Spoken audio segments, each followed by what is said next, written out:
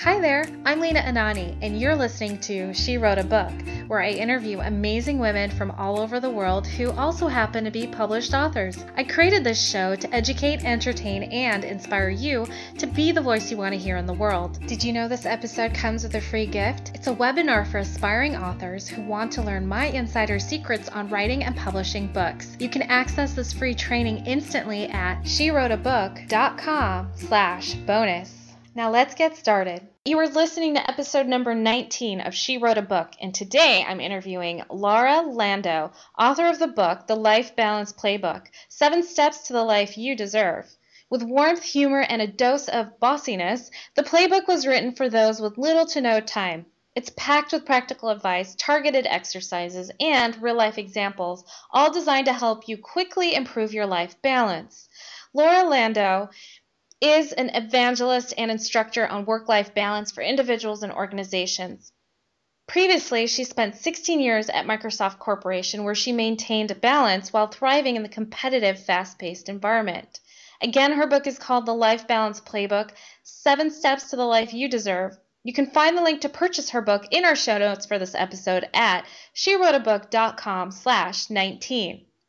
So, Laura, it's such a pleasure to have you here. Can you tell me a little bit about why you decided to write and publish your book? Sure. You said in my bio, I spent 16 years at Microsoft, and 12 of those years I was a working parent or a working mom. I have 2 kids, and I got a reputation for having good work-life balance, and that was something was important to me, and I strove to do it.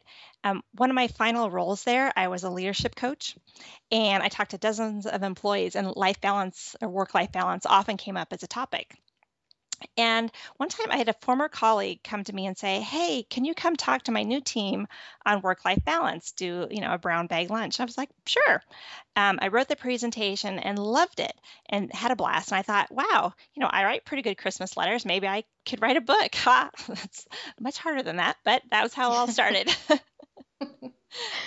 Well, that's really cool. I like that thought, though. I mean, I think that's a great starting thought. Well, if I can write letters, I can write a book. So that's great. So how did your time at Microsoft influence your book? Influence the concepts that you present in your book? Yeah, well, it wouldn't have happened if I hadn't had been at Microsoft, to be honest. Microsoft is full of type A personalities, as you could imagine. It's super fast, it's competitive, and it's really easy to get caught up in all that. It's exciting, the culture's, really fun. And before I had kids, awesome. Work late, no problem. Travel on the weekend, okay, sounds good. But after I have kids, I didn't want that anymore. And I started to kind of in my secret call people Microsoft martyrs. I'm like, I don't want to be that. I want to have a whole life and have work be part of my life. And fortunately, I was able to work with my managers and say, here's the kind of role that I want and need. When I look to change roles, I was very intentional, saying I'm not going to take that role that has a lot of reactive, like say, customer interaction that I'm going to have to be on 24 hours a day. Didn't want that. So I chose other roles that were more proactive. Very cool. Very cool. That's awesome that your managers were willing to work with you and yeah, it's amazing. If you ask for something specific, they're able to react to it, right? They can say Absolutely. yes or no. But I think what a lot of people do is they mire themselves down and I don't have good life balance, poor me. And, kind of what the thesis of my book is, like, you have to decide, like, figure out what you want and then make the choices to get there. If you need help, ask for it. Awesome. Yes, indeed. I mean, what's the worst that can happen, right? They say no.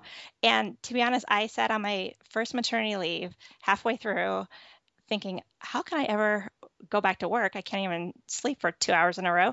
But knowing that I wanted to go have a conversation with my boss about my role when I came back, and I was terrified.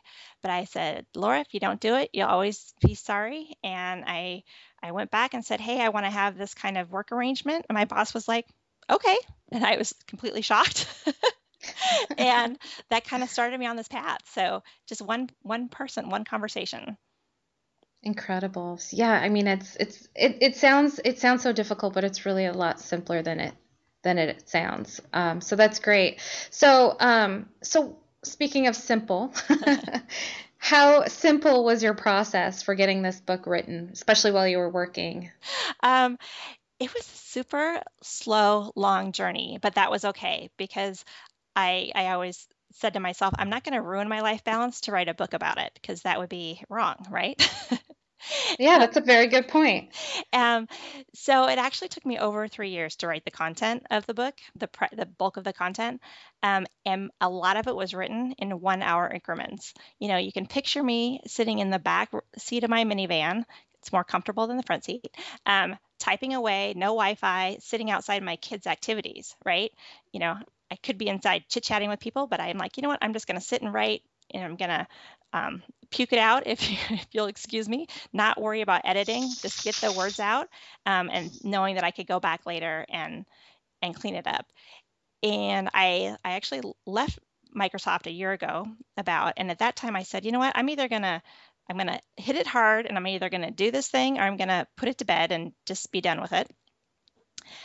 Spent about 2 months just rearranging the content I had and figuring out what was the right way to lay it out that would be clear, because I know in nonfiction writing, clarity is super important. So I Absolutely. just wanted to make it really easy for people to consume. Um, and also, like, where were the gaps that I had to fill in? One of the funny things was, one of the motivators I had for actually getting it done is, my kids had known for years, oh, mom's writing a book, mom's writing a book. And so I think my then 10-year-old would be like, Mom, when's your book going to be done? And as any writer knows, that's like a horrible question. Like, I don't know, someday.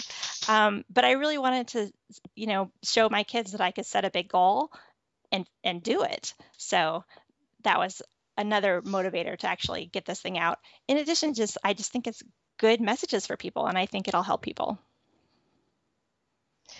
That's so that's pretty amazing. I mean, there's so many points that you talked about that I want to expand on. So you're in the back of your van. You found this is what I love most, because as a book coach, I've worked with some people who said that they can't find the time to write, and I just love hearing that you found a way. Like, you're sitting in the back of your van getting it done. You find little nuggets of time here and there, and you made it happen. And I think that's incredible. Um, And I think, to and be honest, any more than 75, 90 minutes, you're not really probably being productive in writing, most people. Yeah, exactly. Yeah. I always tell people, if you can't, at least do 30 minutes every day. And and and then you also talked about clarity being an important factor in writing your book. And I think that's also something that a lot of authors do consider. And I'm glad that they do, because if your book doesn't make sense, no one's going to pick it up and read it. And especially if you're trying to convey this concept of life balance and how to create it for yourself, if it's not clear, then how's someone going to take it and run with it? So, sorry, I feel like I'm rambling now. What is so speaking about life balance, what is life balance, and what does that look like versus not the opposite of work-life balance? So, and first I want to, why did I call it life balance instead of work-life balance? That was an intentional, kind of almost zealous choice I made while I was writing it. And as an author, and now as a kind of a business person author, I'm not sure I would have been that hardcore about it because of just search engine optimization and all that. But the reason I did that was, it's about your life, and work is a part of your life. And work-life balance just puts work in the driver's seat, and I didn't want to do that. But what work-life balance to me is just deciding what's important to you in your life and making the choices and trade-offs to honor those choices and priorities. What it doesn't mean is that you're not going to be busy. It doesn't mean you're going to have more time in your life. That's finite, right? But as long as you're allocating it in a way that's optimized for you, that's going to bring you more peace, and that's what I call balance. But you're still going Very to have too cool. much to do. That's just reality. It just happens, right? And I think we're all wired to, or not all of us, but most of us are wired, when there is downtime, we're wired to look for something to do anyway. Yes. So So yeah, it's really cool that you spell out some really cool steps on how, I think there's 7 steps in your book. Yeah, 7 steps where you talk about how to create more balance. So I'm looking at the book cover and I see an image of a rock statue. Can you tell me a little bit about why you chose that image? I wanted it to feel peaceful. There's kind of 2 ways you can go with life balance visual. One is like the craziness, stress. And the whole thing is I want people to feel peaceful with their life. So I chose like a peaceful view. And I just found that and it kind of spoke to me. I like the water and blue is a peaceful color. Um, and then the book designer I worked with was able to find that specific image and then we were able to use it. So Yeah, it's definitely peaceful. And I love that blue background of the ocean and the sky. It's really because nice. don't you want to be there? Yes. Yes, I do. Especially in the wintertime. Okay, great. So what do you love most about being an author?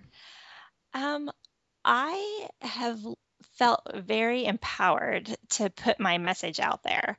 Um, but on the other hand, it's super scary too, right? You're opening yourself out. I had a friend of mine who's kind of been a public person for a while, and she's like, "You're a little bit naked out there." So that's the scary part, but I also feel very empowered about it. And I also think it's a good message. I think it's a message that if people will read it and do it, they're going to make their life better. And that's kind of one of my core values is that I want people's lives to be better because I was a part of it. And so this way I can touch lots of people in that way. Very cool. Well, Laura, thank you so much for being our special guest today. We will have a link to your book in the show notes for this episode, and our listeners can find that at SheWroteABook.com/19 to learn more about our author and her awesome life balancing book. So thank you, Laura. It's been a pleasure. Great. Thank you so much. Thank you for listening to She Wrote a Book. If you enjoyed this episode, then subscribe now so you can automatically get access to all new episodes, and feel free to share your inspired thoughts with us in the comments too. I'd love to hear from you. Are you ready to write your own book? Get started now with my quick and concise webinars so you can learn my insider secrets on writing and publishing your own book. Claim your free gift now at SheWroteABook.com/bonus. Until then, may you always feel good and make magic. Feel good, make magic now. Lena and Anani will show you how. Ignite that wisdom inside of you and show the world what you do. To publish, write, and promote, learn the best way to go. OMG, do it now. Lena and Anani will show you how.